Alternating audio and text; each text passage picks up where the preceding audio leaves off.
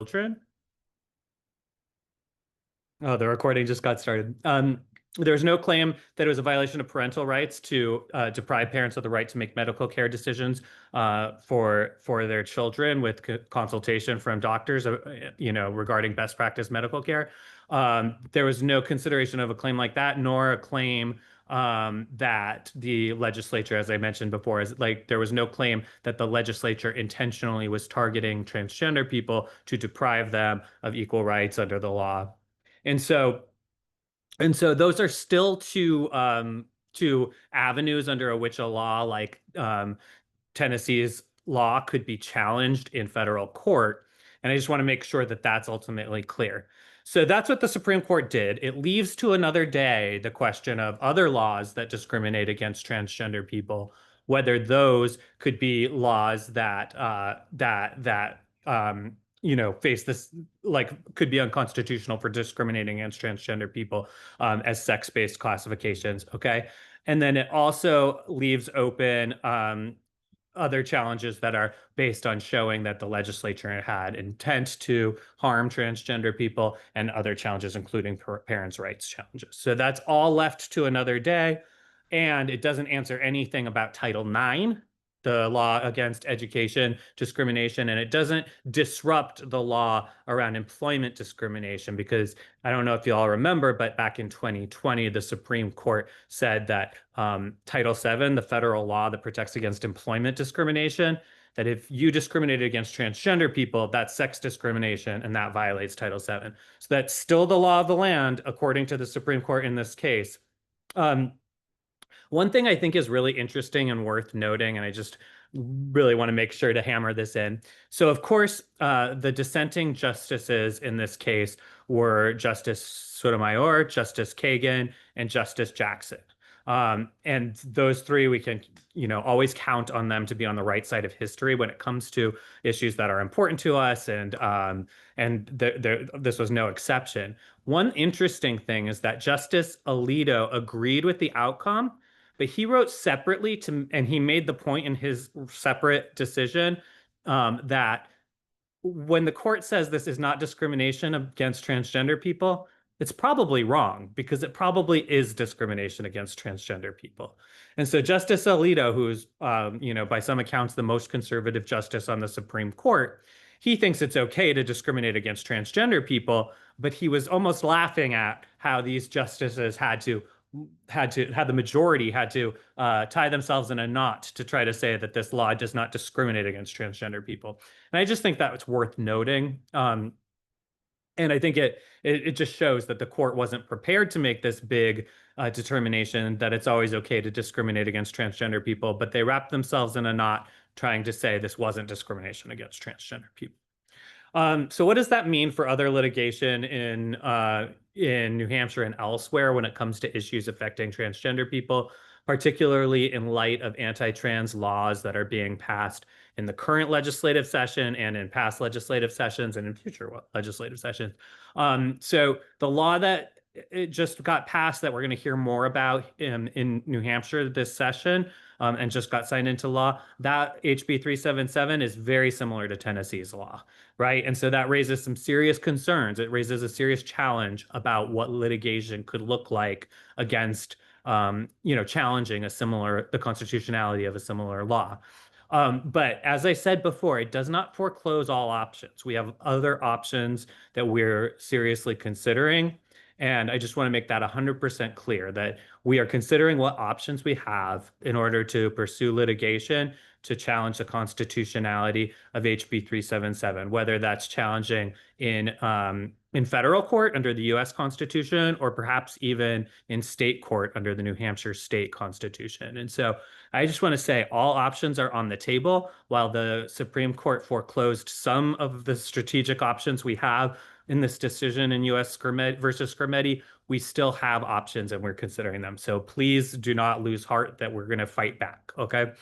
And then I also just want to say other cases, including, some of you might know about the case Terrell versus ACLU, where we're challenging both the state law against transgender girls participating in girls' sports programs in New Hampshire public schools and the federal executive order banning transgender girls from school sports. That litigation is still ongoing. The basis for that litigation is Title IX. It's not the Equal Protection Clause. The Supreme Court has said that next session it's going to consider a couple of cases from Idaho and West Virginia about sports participation. And so stay tuned for more information on that. Other litigation that is that's ongoing and that is yet to come about the rights of transgender people. We're not going to stop fighting just because the Supreme Court has put up barriers like U.S. versus Scrimetti. We're going to keep trying to use the law in every way we can to ensure that we're protecting people's rights. And by we, I mean the folks here at GLAD the folks at ACLU of New Hampshire and ACLU National. We're all in this fight together, and we're going to continue working. And that is all I really wanted to say about Scrimetti. But of course, if people have questions about the law after at the end when we're doing Q&A, I'm happy to answer any questions that people have. Thank you. Thank you so much, Chris. Did you want to just quickly mention the email that folks can use to reach out to you all if they feel they've been impacted? Yeah, I think that it'll be printed in a later slide. It's nhmedicalcare@gladlaw.org. We want to be hearing from families who will be directly impacted by HB 377 when it goes to an effect in January. We are trying to be, and I think it might have just appeared in the chat. We're trying to hear from as many families as possible. We want to make sure that we have the full picture of what's going on with New Hampshire families, so that we can make the best assessment of what options we have available for strategically for moving forward. So please do reach out if your family is going to be directly impacted by the law. And with that, I'll pass it on. Awesome. Thank you so much, Chris. Now I'm going to pass it over to Linds from 603 Equality to chat a little bit about the New Hampshire bills specifically. Hi all, my name is Linds Jakows. I use they, them pronouns, and I'm the founder of 603 Equality. So I'm going to share a little bit about or what exactly the final versions of these bills say. So HB 377 is the ban on puberty blockers and hormone replacement therapy for young trans people under the age of 18. There were a lot of different versions of the bill, but the final version prohibits healthcare providers from prescribing both puberty blockers and hormone replacement medication to minors, specifically only when it is used for treating gender dysphoria. The bill has exemptions for minors who are using those medications to treat developmental disorders, not gender dysphoria, or who have been receiving treatment before January 1st, 2026. So this means that patients under the age of 18 who have been prescribed puberty blockers or hormones are able to continue with that treatment or as long as they began that before January 1st when the bill goes into effect. Violating providers could face disciplinary action by the Board of Medicine. Originally, the language included the possibility of a felony provision. However, that has been diminished to just disciplinary action by the Board of Medicine, which is still not okay, but it is less than it was originally.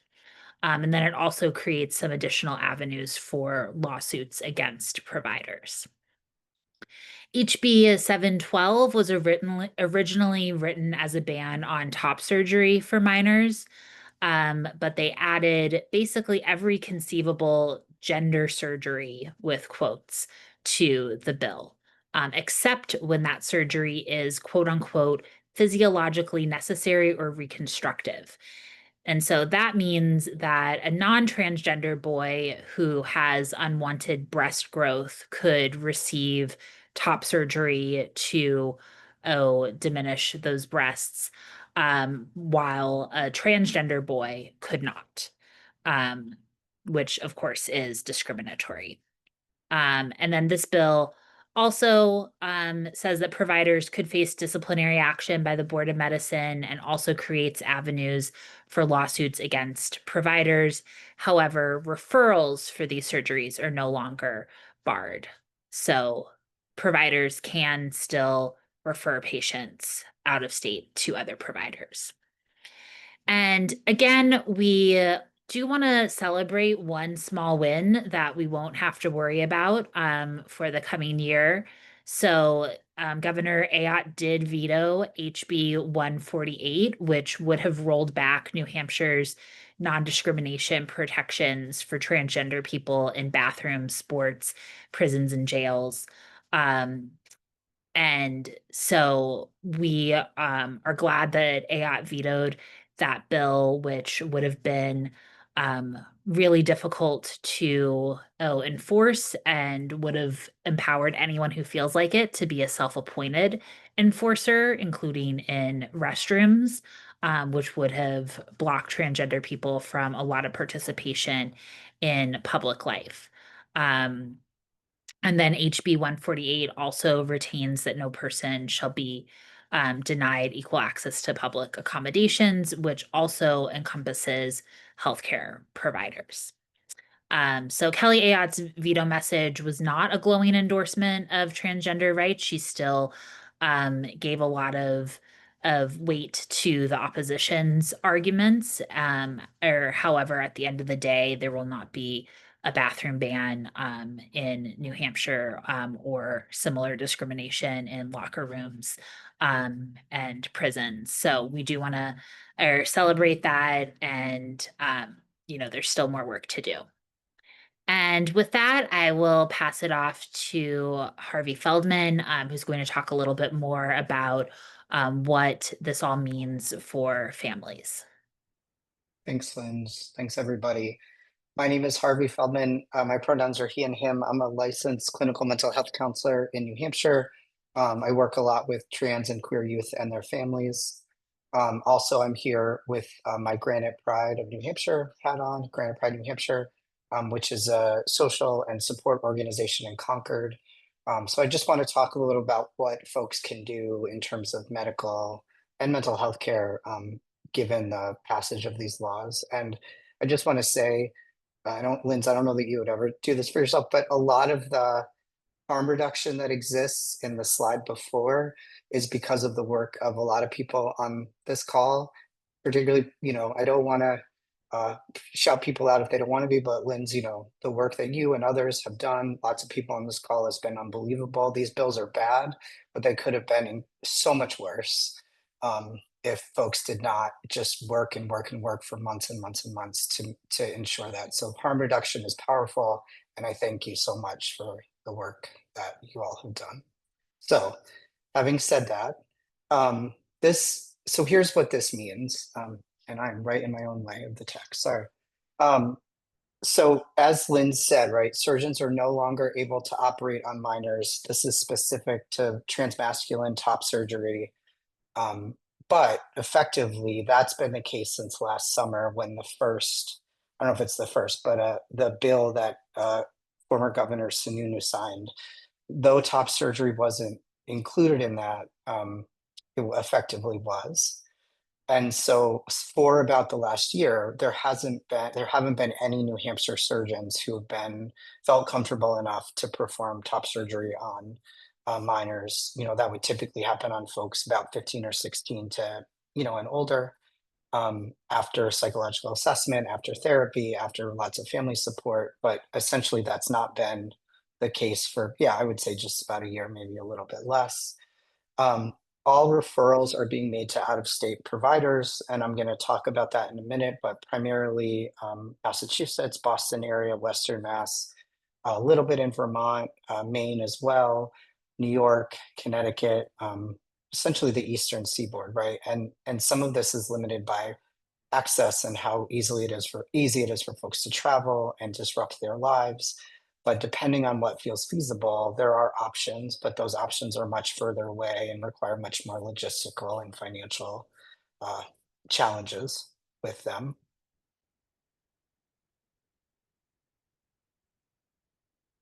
So for HB 377, the prohibition for, or the, outlying or the legality of medical care begins January 1st, 2026. So as I said, there's an enormous amount of harm reduction that's in the signed bill. The continuation clause allows minors who are already on puberty blockers or hormones to continue. So that's very, very important. If you are, if you have a family member or someone you know, or you're working with someone who is already on these medicines, that won't change and is not affected by this law. But if you have questions specific to your child's care, access to medication, etc., the important thing to do is to call the provider, the person providing or prescribing that medicine right now. If that's Dartmouth, which for most folks in New Hampshire it is, please reach out to Dartmouth, your provider, whoever that is, whether it's in Lebanon or Manchester, and they will have answers for you about what specific next steps there might be. But again, if you have kids, family who have started gender affirming hormone therapy or puberty blockers already, they will be able to continue. And I'm assuming I just want to make sure, I'm assuming that if a youth is on puberty blockers, they can then, move to gender affirming hormone treatment. That's the way I understand the bill. But if I've misinterpreted that or misunderstood, please let me know. So it's just kind of crossing that Rubicon of any kind of gender affirming medicine, whether it's puberty blockers or gender affirming hormone therapy. So yeah, so the takeaway here is please reach out to your providers. Even if you know that January 1st, 2026, things would have to change because of the law, those providers in New Hampshire are available now to answer questions and help you figure out what could be next if needed.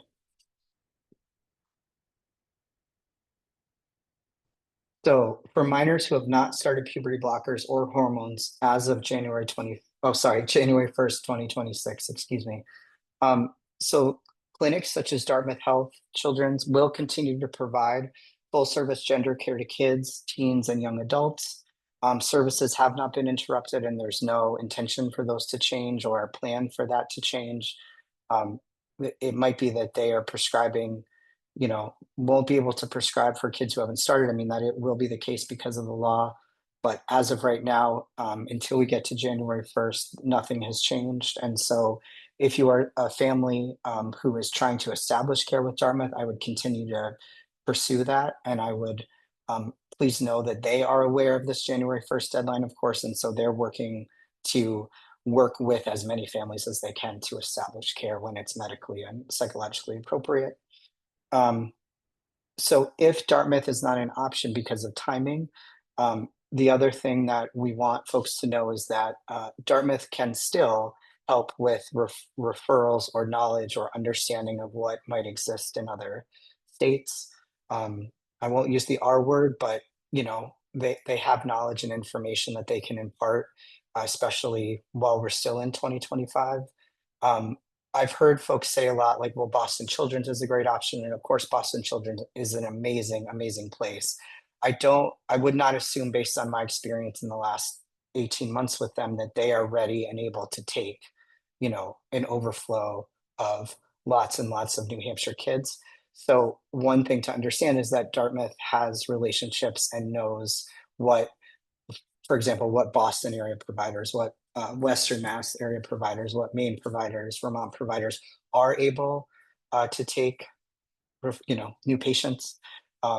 And so that it's important to use Dartmouth as a resource, even if you can't use them for the actual medical care because of HB 377. And so the messages are for kids who have already started, nothing has to change, which is amazing. And also use Dartmouth for as much as you can up until and maybe beyond January 1st, because there still is a tremendous amount of resource there that can be utilized. I hope that all makes sense. And I think this is important to say, a lot of pediatric providers, medical providers, mental health care providers are dedicated to ensuring that no child is left without care. And so obviously this law will have a big impact, but the goal is to make sure every kiddo under 18 gets the care they need, even if it can't be in the state of New Hampshire. Awesome. Thank you so much, Harvey. If anyone has any questions, the chat is still open. While you're here, if you want to put on your Gender Diverse Care Coalition hat for a second and chat about that Sure. resource books. Sure. So another one of my day jobs is I am with some really amazing partners, a founding member of the Gender Diverse Care Coalition, which is a loosely networked group of providers across specialties dedicated to increasing access to gender affirming care through advocacy, through training, through supervision and consultation. So we have medical providers, we have therapists, we have folks from all different parts of healthcare. And so the biggest resource that we have to offer is a website that is fairly highly trafficked and folks seem to use a lot, with a dynamic, updated list of resources all the time. And so we list resources that are in the medical realm, the day-to-day realm, things like dentists, things like electrolysis if folks need it for surgery. So lots of different resources on there. And what people can know about that list is that we have vetted those folks. And we do that based on community feedback and knowledge. And we do that based on our own experiences. But that if you're seeing somebody on that list, it means that they are in the realm of gender affirmation and understanding what it is to support and be affirmative with folks that they work with.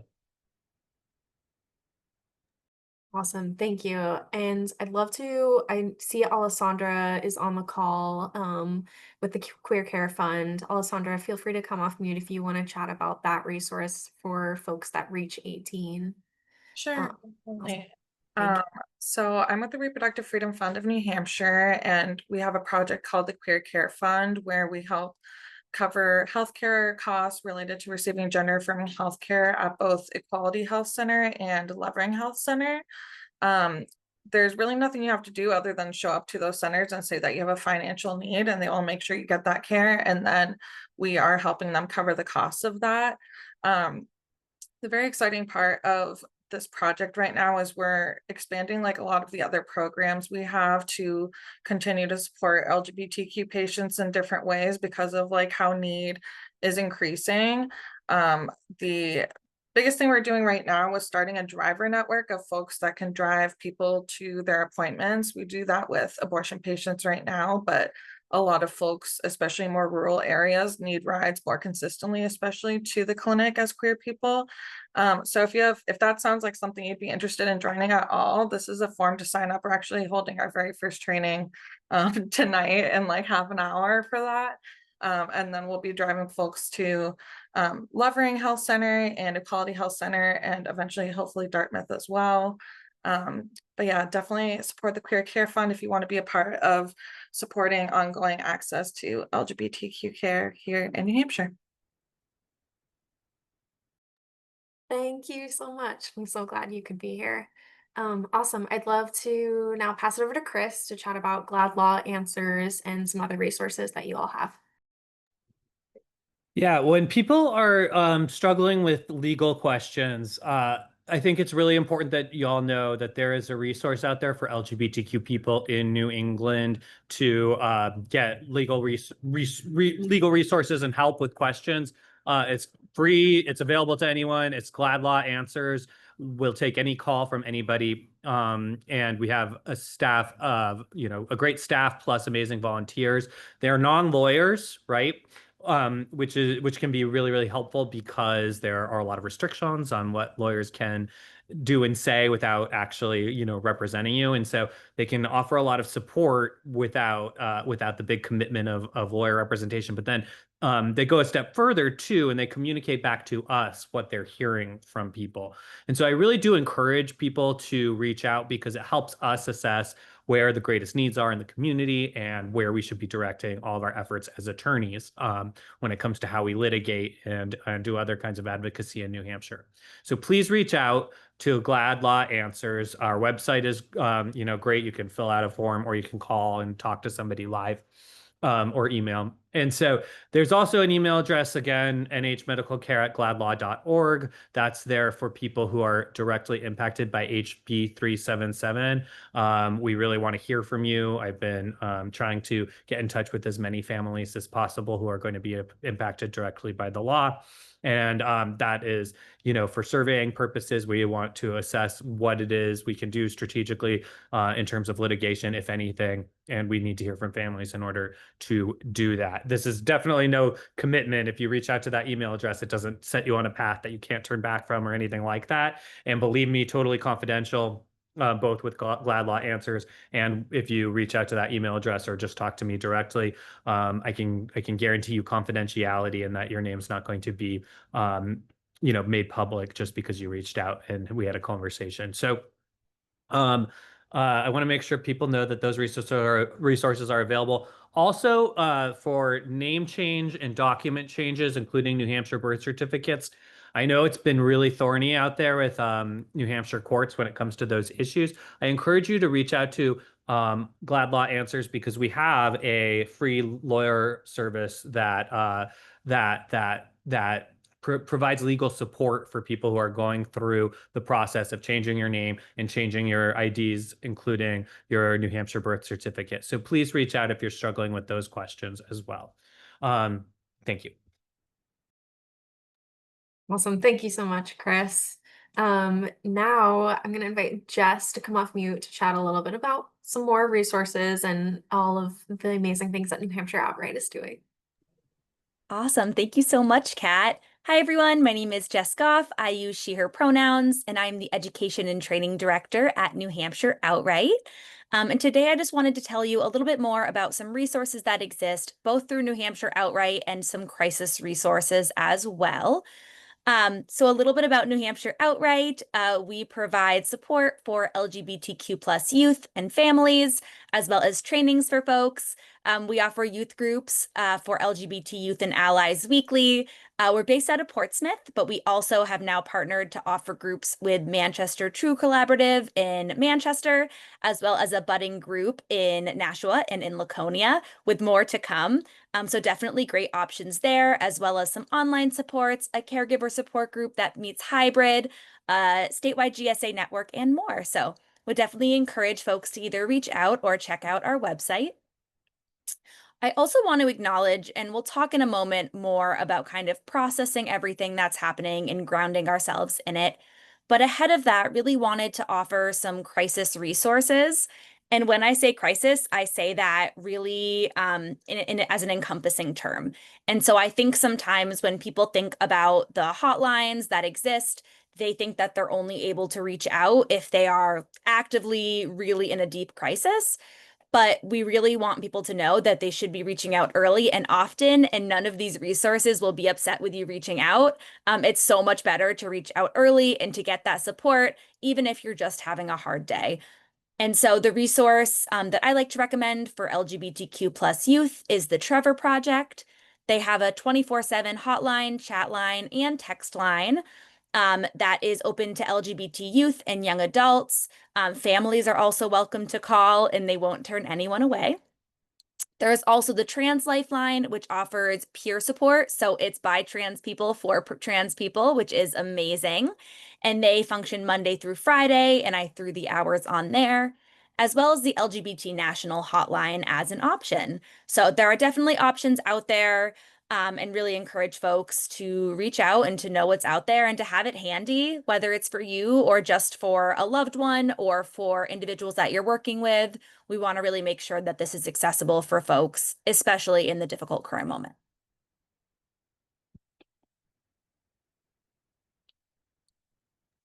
Awesome. I'd love to now invite Allison to come off mute to chat about the Trans Youth Emergency Project. Thank you. So my name's Allison Scott. I use she and her pronouns, and I'm the Director of Impact and Innovation at the Campaign for Southern Equality. Probably asking yourselves, what is the Southern group doing talking here on a New Hampshire call? And if my accent didn't give that away, just letting y'all know I'm dialing in from North Carolina. At the Campaign for Southern Equality, we actually saw these bans coming into place 2 years ago. And when they were first started, we recognized that we had a lot of tools that we could put into place that would help with the families and help providers and generally just doing things the way that we've always done, which is recognizing the need and creating a program to do that. And that's where the Trans Youth Emergency Project came about. We call it tie-up because I have to abbreviate it. It's a mouthful. So the main parts of tie-up are patient navigation, travel grants, and wraparound support. But before I get into those, I just want to say that the Trans Youth Emergency Project, we are just really thankful to be partnered up with 603 in New Hampshire with all of their resources and their community connections. We do that in every state when a band comes in. We try to work very closely with all the local partners. So I just want to make sure that everybody knows that this isn't an org coming in, stepping out of place. We are very much a partnership org, and we work with all the orgs that are on here and many that aren't on here. Now, we run tie-up in 27 states. Now, I know with New Hampshire, obviously, y'all are feeling what's in front of you. And if there's any just some solace in this, that you're not alone. This has been going on since 2023, and now that we're at 27 states with some type of care ban for youth, we have been navigating this for a while. So we have a team of patient navigators. We have 4 right now who are ready to talk to you. We can help you find care. If you go to your provider and you say, and you should always go to your provider first, but if you go to your provider and for any reason your care, they can't provide that care, well, our patient navigators, if you get a hold of us, our patient navigators can actually help you find other care clinics and care providers. And when I say that, we are constantly talking to clinics and providers all over the country to help thousands of families who are navigating these really difficult situations. Now, it's what happens when you have to get there, because if someone's care is impacted and banned by this, we know families are having to travel. And with that, it comes expenses. So we created our travel grants. And those are grants to help with those travel costs, to get you, if you need to drive, if you need another mode of transportation, whatever that is, and helping you travel to get that care for your family. And those are grants of $500, and every family is eligible for those up to 4 times a year, because we know while there may be parallels with the reproductive rights groups and reproductive rights struggles, trans affirming care and gender affirming care is an ongoing thing where you will have to visit your provider multiple times a year for life. Now, we also have wraparound support. And what does that look like? Well, that is where we are working with these clinics I was talking about. We're working with many, many clinics all over the country. And we are helping those providers understand that, one, what their loads are. So when we give you patient navigation, we don't just say, hey, try calling these 3 clinics and see if you can get in. We actually have talked to those 3 clinics, and we can say, here, try clinic A. They have the highest availability right now. So we work with them so you don't have to, and your family doesn't have to figure this out and play phone tag. We also work with those providers to make sure that they have the tools and the funding and resources to help offset the cost of that care once families have to get there. And with the families and resources, we've given out over $900,000 in the last 2 years with the Trans Youth Emergency Project to families. So while this is a terrible thing and we hate that this is going on, we are really, really proud that we've put together something with so many great people and groups that have been able to help all these people. One of our partners, I just saw flash up on there, is Elevated Access. And we do refer people to Elevated Access if when you're talking to our patient navigation, if they deem when they're talking with you that the barrier for driving is just too much. There are other options, and I think that's a great thing. Elevated Access has really been a tremendous partner over the last 2 years with us to help fly families and get them care to different parts of the country when that cares have to move. So I just want to say that real quick, that the Trans Youth Emergency Project and tie-up, while we're really proud of it at CSE, we are equally or more proud of the partnerships with great orgs like 603, ACLU, GLAD, I mean, you name it, being able to put up these town halls and get people information, because we know right now you can get a lot of information overload, and having a source like this to go to and reach out to can really help in these times. So really encouraging everybody on here to contact these orgs, contact everyone that you've seen on here, and see if they can get you any help or answers. And I'm going to put up a link for the Trans Youth Emergency Project and 603, the joint link that you can click on and fill out if you are a family who is needing to understand what your patient navigation options are. So you can go to that link, fill it out, and one of our patient navigators will be in touch with you. Thank you. Thank you so much, Allison. I'm so glad that you all are here and have been starting the conversations early. It's been really awesome to get to know you all and work with you all. All right, now I'm gonna pass it back to Linds to chat about 6-3 Equality Storytelling Projects. Thanks, Kat. So we know that in order to make it through these next few years, we're going to need so many more people to be involved, speaking out vocally for trans youth and our entire LGBTQIA community. And one tactic that was really, really effective in winning non-discrimination protections in 2018 and expanding to other rights in the state in the years following that was telling stories and having storytelling panels where people could meet transgender, non-binary people for the first time, ask good faith questions, and learn how to get involved.